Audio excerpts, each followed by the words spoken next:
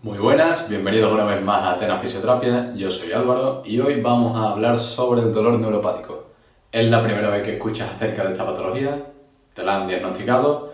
¿Quieres aprender más acerca del tema? Por favor quédate hasta el final del vídeo porque vamos a entender qué es lo que implica tener esta patología. Pero antes, si es la primera vez que ves uno de nuestros vídeos, por favor considera suscribirte y dejarnos un like si ves que te aportamos algo de valor.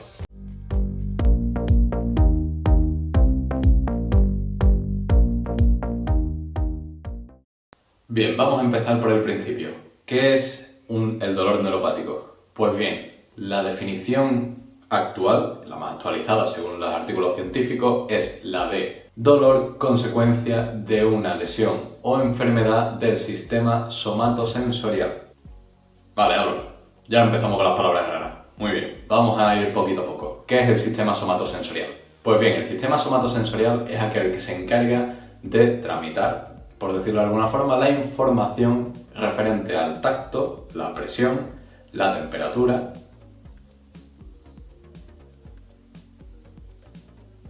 el dolor, el movimiento, los estímulos vibratorios y la posición corporal. Esta información se recoge en el sistema musculoesquelético mediante una serie de receptores que mandan la información hacia la médula espinal a través del sistema nervioso y desde la médula espinal llega hasta el cerebro y se procesa esa información. Una vez que hemos entendido qué es el sistema somatosensorial y comprendemos cuál es la definición del dolor neuropático, vamos a ver cómo afecta esto a la población actual. Se estima que entre un 7 y un 10% de la población padece de dolor neuropático. ¿Esto qué quiere decir? Esto es un porcentaje bastante bajo, aunque es una enfermedad bastante infradiagnosticada. Eso quiere decir que muy pocas son las veces que el médico o el profesional sanitario que te esté valorando te va a diagnosticar un dolor neuropático. ¿Por qué? Porque los mecanismos de valoración que se tienen son muy complejos a la hora de evaluar a un paciente y a veces no se tiene el personal cualificado o no se tiene el material en condiciones como para realizar esta serie de valoraciones. Una de las características principales que tienen los pacientes con dolor neuropático es una alteración del sueño, ansiedad e incluso depresión, porque el dolor es tan agudo, errático y variable que el paciente no vive. Directamente está sufriendo de forma constante porque no sabe en qué momento le va a aparecer. Además, son pacientes cuyo tratamiento farmacológico ha tenido una baja calidad de respuesta.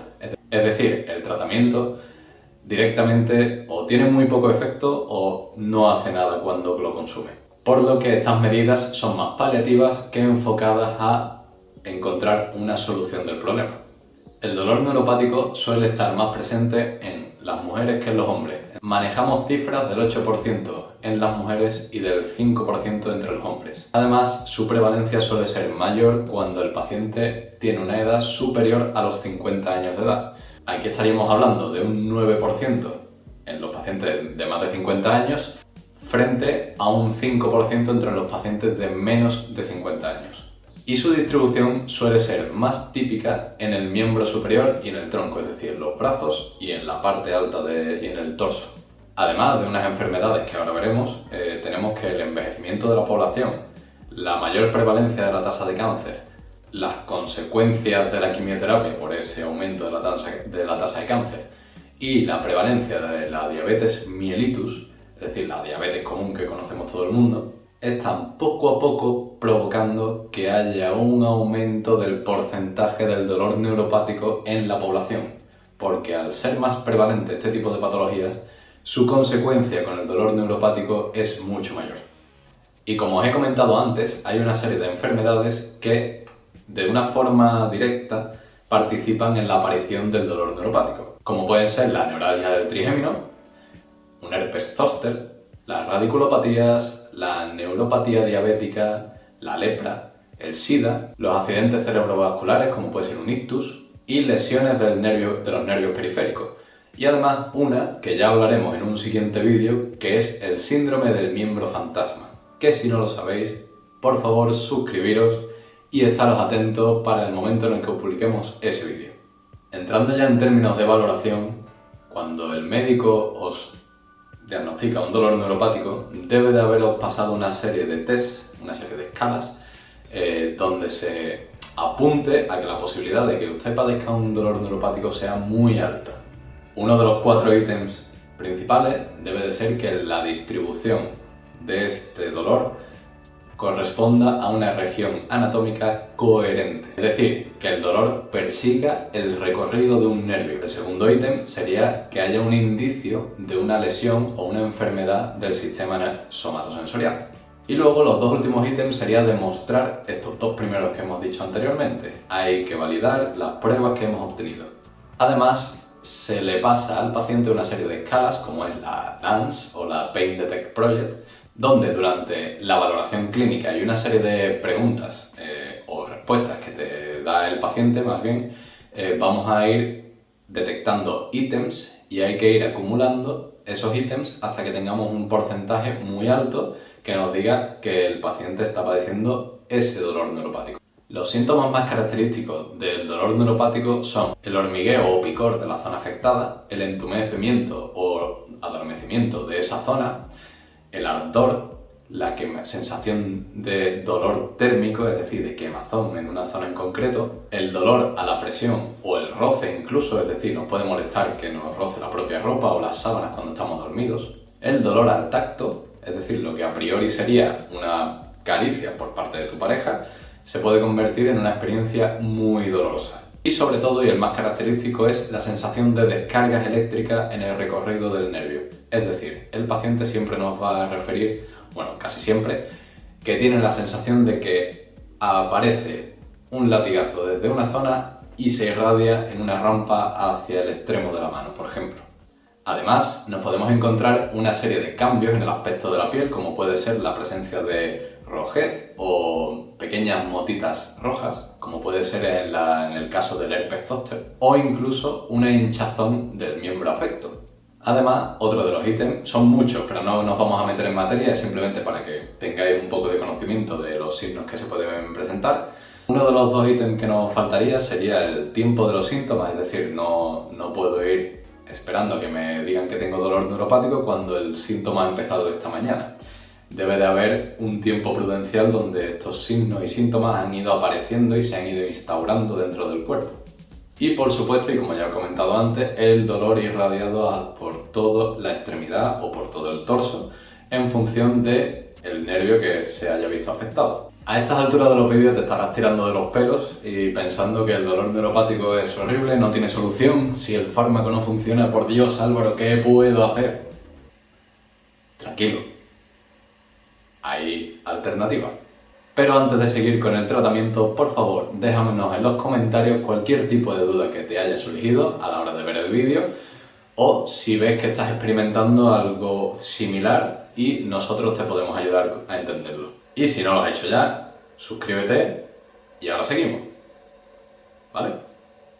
¿Ya? Venga. Muy bien, ¿qué tratamiento tenemos disponibles ahora mismo con el dolor neuropático? Dando a un lado el tratamiento farmacológico y todo lo que tenga que ver con la rama de medicina, nos vamos a centrar en lo que un fisioterapeuta podría hacer para ayudarte. Si bien la evidencia científica al respecto todavía requiere de muchos más estudios para establecer un acuerdo en que este tipo de tratamiento funciona, ya tenemos algunos indicativos de que esta serie de pautas podría ayudarnos a mejorar el dolor neuropático o incluso a llevar a su resolución. ¿Y qué es, Álvaro? ¿Qué es? ¿De qué va este canal? Ejercicio. Lo siento. El ejercicio mola y el ejercicio te ayuda. ¿Vale, Álvaro? Esta vez, ¿cuál es tu excusa para recetarme ejercicio con este tipo de patologías? Si yo me duele hasta que me den una caricia, ¿cómo voy a levantar yo peso? Bien, hay muchas modalidades de ejercicio. Tenemos que encontrar la que más se adecue a tu situación. Si tú no toleras el levantamiento de peso, pero sin embargo puedes salir a correr, te podemos pautar una serie de entrenamientos aeróbicos para que tú vayas progresando en ese aspecto. Pero entre todos los beneficios que presenta el ejercicio con respecto al dolor neuropático, nos encontramos con 3 cosas fundamentales. La primera, que hay una reducción de las sustancias proinflamatorias, es decir, las que hacen que estés permanentemente en una situación de experiencia dolorosa, por así decirlo. Lo he dicho de una forma muy vaga y esto no es así del todo, pero ya entraremos en este tema en otro vídeo. Además, se produce una disminución de la sensibilidad tanto térmica como mecánica. Y esto es fundamental porque esto es nuestro día a día. Todo se reproduce en movimiento y cambios de temperatura. Con el ejercicio, nosotros lo que vamos a hacer es mitigar estos choques térmicos y mecánicos que tenemos en nuestro cuerpo y hacerlo mucho más tolerable para el futuro. Y luego aparte tenemos una serie de procesos químicos en los que no me voy a meter porque sería muchísima tralla y me abandonáis el vídeo enseguida. Pero ya os digo que lo que hace es favorecer el crecimiento de las neuronas, del sistema nervioso por tanto, y de su funcionalidad, por lo que el ejercicio es vuestro mejor amigo. Además tenemos técnicas de neuromodulación, es decir, o de modulación del dolor, como puede ser la terapia manual, algún tipo de antiinflamatorio o tratamiento farmacológico, cualquier tipo de técnica destinada a reducir la sensación dolorosa. Pero esto por sí sola no nos sirve. ¿Por qué? Porque lo que tenemos que intentar es que ese efecto permanezca en el tiempo. No podemos actuar de una forma cortoplacista con este dolor, ni con ningún otro.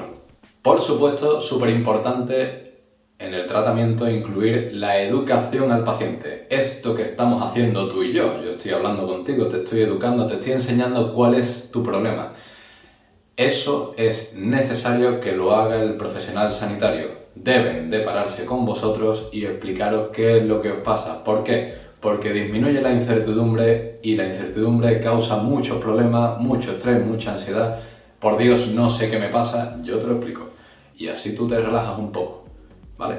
Esto es muy necesario, porque si os vais de la consulta sin saber lo que os está pasando, cómo se cura, cuánto tiempo voy a estar así y cuánta vida me va a quitar, vosotros no vais a mejorar tan fácilmente. Necesitáis calmaros, necesitáis que alguien os explique y que os haga partícipe de todo el proceso.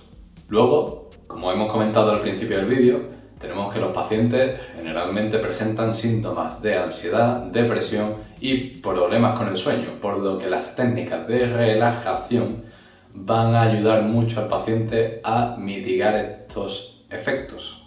Por último, una de las técnicas que quizá no os suene o que no os hayáis encontrado nunca es la imaginería motora.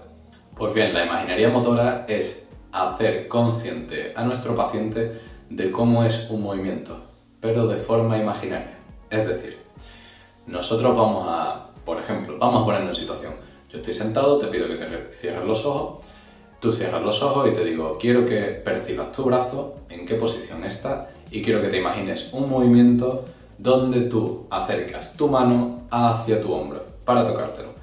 Ese proceso imaginativo ya es suficiente para evocar respuestas de activación muscular sin que haya el movimiento. Es decir, en caso de tener un aumento de la sensibilidad y no aguantemos o no toleremos bien según qué gestos que podamos hacer con nuestras extremidades, podemos emplear este tipo de técnicas para trabajar sin meternos en el círculo del dolor. Este tipo de técnica es bastante novedoso, lo vais a ver cada vez más en consulta y es una técnica muy chula de trabajar con los pacientes. ¿Por qué? Porque el paciente va a percibir que está haciendo un esfuerzo mental por imaginarse su miembro, va a fomentar esa representación de esa extremidad aquí arriba en el cerebro, que es muy importante, y va a reducir sus síntomas y va a mejorar la función a largo plazo. ¿Qué os ha parecido la imaginería motora? ¿La conocíais? Dejadnoslo en los comentarios. Si queréis que hagamos un vídeo al respecto en otro momento, por favor, indícanoslo, que estaremos encantados. Pues hasta aquí el vídeo sobre el dolor neuropático. Por favor, os agradeceríamos que le deis un buen like si os ha gustado el vídeo. Si queréis más acerca de este tema, dejádnoslo en los comentarios, que os leemos encantados, y suscribiros para estar atentos y no perderos nada de futuros vídeos. Yo soy Álvaro Rivera y nos vemos en un siguiente vídeo. Hasta entonces, salud y movimiento para todos.